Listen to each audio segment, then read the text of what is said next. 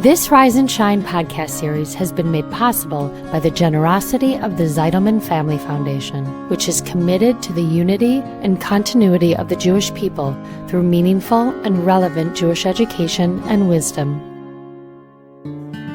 As mothers, we are de facto leaders in our own families, particularly as it relates to dedicating Jewish values into our children.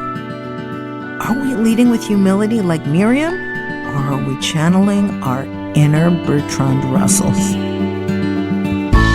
This is Rise and Shine, a podcast that offers timeless wisdom and uplifting meditations to fill your heart, feed your soul, and start your day on a positive note. Here is Adrienne Gold-Davis. A mother can be, at least in the earlier years of parenting, the president, the prime minister, and full cabinet of the legal system in her own home. She makes the laws and she enforces them. She's the judge and jury as much to herself as she is to her children. And she does the best with what she has, and when she knows better, she attempts to do better. And with parenting, as well as dealing with the rest of the surrounding world, these are difficult times to navigate. Many of us find ourselves looking to make decisions between the better of two evils, in situations and dilemmas that don't seem to have clear delineation one from the other. When it comes to leadership, whether personal or communal, it bears asking whether one needs to be a good person to be a good leader, or to be a good teacher. How much do character and personality traits factor into a person's capacity to lead, or even their right to lead?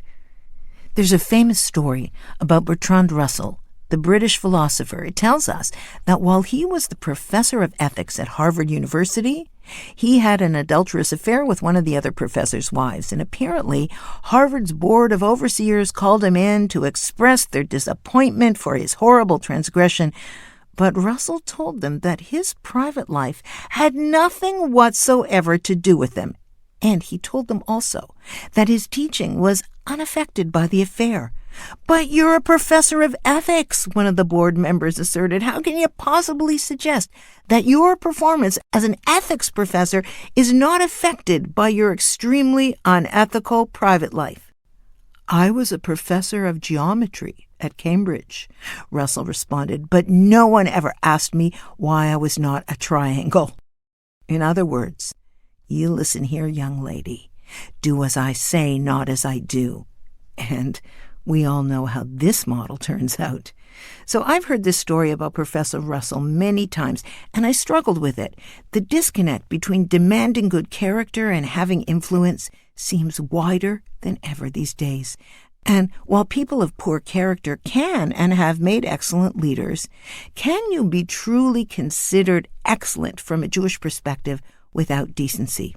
You know, Judaism speaks repeatedly about the foremost leader of our people, Moses, who we called Moshe Rabbeinu, Moses, our teacher.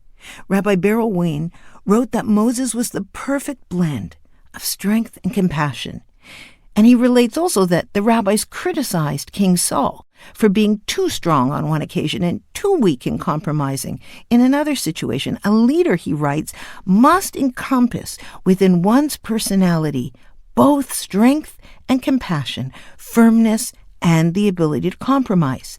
The greatness of a leader is determined by the ability to be firm when it's necessary and accommodating when the occasion arises.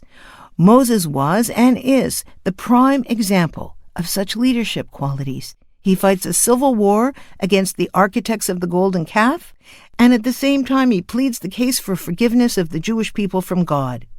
He continues by saying it is the absence of such a perfectly balanced personality which can destroy the leader of a people. So the chief rabbi of South Africa, Rabbi Warren Goldstein, penned a remarkable comment on this in his essay. He shares that Rabbi Hirsch notes a famous verse saying, "What does God require of you but to do justice, to love kindness, and to walk modestly before your God?" Rabbi Goldstein says that this is juxtaposed with another verse that mentions Moses, Aaron, and Miriam.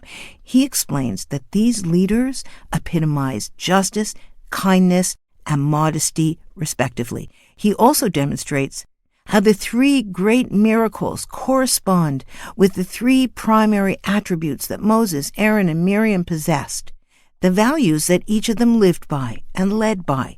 And yet, we have flawed personalities within our own biblical narrative.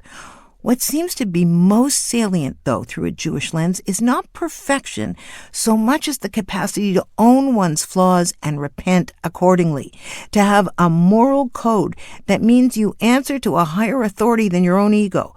And when you fail in that mission, you get up, you own it, you make appropriate restitution, and you move on to the next level. When I consider the number of poor decisions I have made in my life, the times I let my ego override my conscience, well, it makes me blush. But I've also discovered that when I fell, and fall I have, the climb back up left me higher than before I fell. And so, the famous biblical phrase, the righteous person falls 7 times and gets up, it is in the falling and the getting back up that we become righteous. The great biblical commentator Rashi once said, "Lucky is the generation whose leader is humble enough to bring a sin offering for a mistake he has made." And if that was true way back then, it's also true today. These words are so incredibly timeless and relevant. The key ingredients that seem to flow through all of the character traits of ethical leadership is the trait of humility. As C.S. Lewis said, humility is not thinking less of yourself, but rather thinking of yourself less. And Rabbi Simcha Bunim taught that every person should carry 2 pieces of paper, one in each pocket. In one pocket it should read, "For me the world was created," and in the other pocket, "I am but dust and ashes." The trick to humility is to know when to pull out which piece of paper. And there's the rub. Rabbi Wolbe says that our souls are poised between greatness and nothingness. In knowing both, we are blessed. As mothers, we are de facto leaders in our own families, particularly as it relates to dedicating Jewish values into our children. A Jewish essayist named Adina Sokolov shares a beautiful idea that she got from the author Wendy Mogul in Wendy's book, Blessing of a Skin Knee. This story has guided me for years now. This is what she says. Listen to Isabel, a student I interviewed at an elite private school. Isabel will be entering 11th grade next year. She told me that she was having a hard time socially.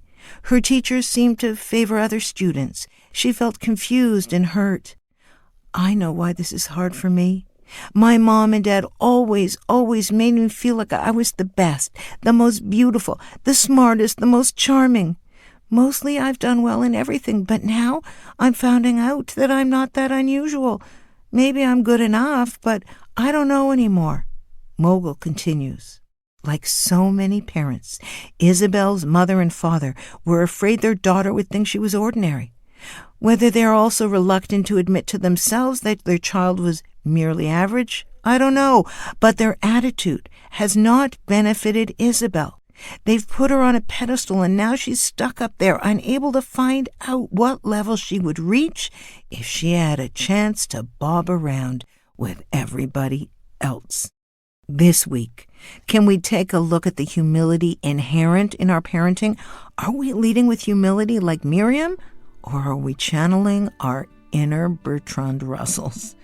Do we know which piece of paper to pull out of our pockets at the appropriate time? Are we being the change we wish to see? May we all remember that each human being is created in the image of their Creator, and as such is filled with limitless potential and deserving of dignity, not grandiosity, not never failing, not never falling, but the ability to fall and get up. May we both offer and be offered the helping hand we need to those we love. Thanks for listening to Rise and Shine. Don't forget to rate, review, and subscribe to Momentum Podcasts on Apple, Spotify, or wherever you get your podcasts.